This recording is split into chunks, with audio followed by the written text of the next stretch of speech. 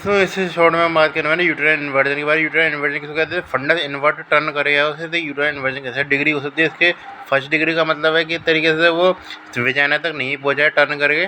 यदि वही तरीके से सर्विस तक पहुंच गया है, मतलब सर्विस तक नहीं पहुंचा तो फर्स्ट डिग्री में, तो फर्स्ट डिग्री में सर्विस तक पहुंच गया लेकिन विजाइना के बाहर नहीं निकला है, यदि विजाइना के अंदर ही है तो इसे सेकंड डिग्री। और यदि वो विजाइना के भी बाहर निकल गया इस तरीके से हमको बाहर दिख रहा है तो वही तरीके से थर्ड डिग्री पे आ जाता है। ये रिस्क फैक्टर जो रहता है इस तरीके से ज़्यादातर मिसमैनेजमेंट के कारण होते हैं। थर्ड स्टेज जिसमें हम प्लासेंटा को डिलीवरी करा रहे होते हैं, जैसे कि रिलैक्स यूटर होता है तब आपको खींचना नहीं होता, लेकिन उस समय आपने खींच दिया।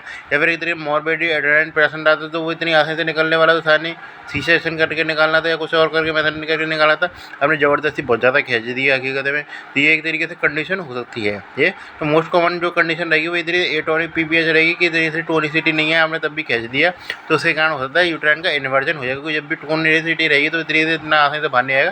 तो ज़्यादातर क्या है कि जो नॉन टोनिसिटी वाली केस होता है उस तरीके से उस केस में ही होता है ये चीज़। इसमें जो आपको फंडिंग मिलेगी वो फंडिंग मिलेगी आपने डिलीवरी कराई, लेकिन डिलीवरी करने में इन्वर्जन के कारण क्या है इतने शॉक डेवलप होता है, न्यूरोजेनिक शॉक डेवलप हो जाता है, जिसमें आपको शॉक के सिम्टम आएंगे इस तरीके से डिलीवरी का, जैसे पेल हो जाना, इस तरीके से पल्स वाइटल वगैरह बहुत कम हो जाना, इस तरीके से ये आपको फंडिंग जिससे जो है इस तरीके सिम्टम देखने को मिलेगा। लेट प्रेजेंटेशन के आपको हेमरेजिक शॉक भी देखने को मिलता है, ये शॉक तो मिलेगा ही। ये मोस्ट कॉमन कॉज रहता है हेमरेजिक शॉक हमारे डेथ का जो है।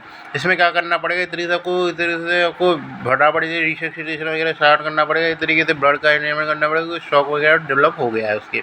ये जो मेन डॉक्यूमेंट ट्रीटमेंट अप्लाई करेंगे वो कहेंगे कि मैनुअल रिपोजिशन कर दीजिए, एक तरीके से इनवर्ट जो आउटवर्ट जो आ गया है तरीके से यूट्राइन इन्वर्जन आ गया उसका मैनुअल रिपोजिशन कर दीजिए। मैनुअल रिपोजिशन का नाम हम जेंसन मेथड यूज़ करते हैं, जिसमें इस तरीके से ये यूट्रस से बाहर आया तो इस तरीके से उसको इस प्रकार पकड़ेंगे, फिर पकड़ के क्या इस तरीके से ट्रैक्शन अप्लाई करेंगे और फिर उसको अंदर की तरफ घुसा देंगे। इस तरीके से इतने ट्रैक्शन अप्लाई किया और अंदर की तरफ घुसा दिया तो ये होता है हमारा इस तरीके से जैसे अंदर फिंगर टिप से प्रेशर अप्लाई करा, इस तरीके से पैर पकड़ा, फिर उसके अलावा जो अंदर इस तरीके से रिपोजिशन कर दिया। यदि ये चीज़ फेल हो जाए तरीके से पोजिशन करा लेकिन पूरा अंदर तक गया नहीं तो उसके बाद क्या करेंगे हम हाइड्रोस्टैटिक प्रेशर यानी कि तरीके से पानी से जोड़ देंगे उसको, और इस तरीके से पानी का प्रेशर आएगा उसके नाम पे इस तरीके से वो अंदर तक चला जाएगा। इस तरीके से मैं ये चीज़ जानूँगा ये प्रोसीजर हमारे एंटीबायोटिक कवर के संग और एनेस्थीसिया कवर में ही करना है।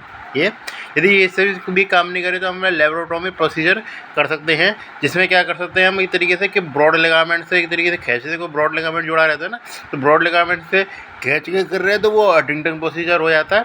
और ये होता है यदि हम क्या कर रहे हैं तरीके से हम इन्वर्ट सर्वाइकल रिंग से तरीके से इन्वर्ट कर रहे हैं, टाइटनिंग कर रहे हैं सर्वाइकल रिंग से और उसका फिर खींच रहे हैं पीछे, तो होता है हुलिंगटन प्रोसीजर होता है। हंटिंगटन प्रोसीजर ज़्यादा कॉमन होता है, वही याद रखना है आपको। ये पुल राउंड को पुल करके इसमें ऐसे लेबोरेटरी प्रोसीजर के नाम को पता होते हैं हंटिंगटन प्रोसीजर और हुलिंगटन प्रोसीजर होता है।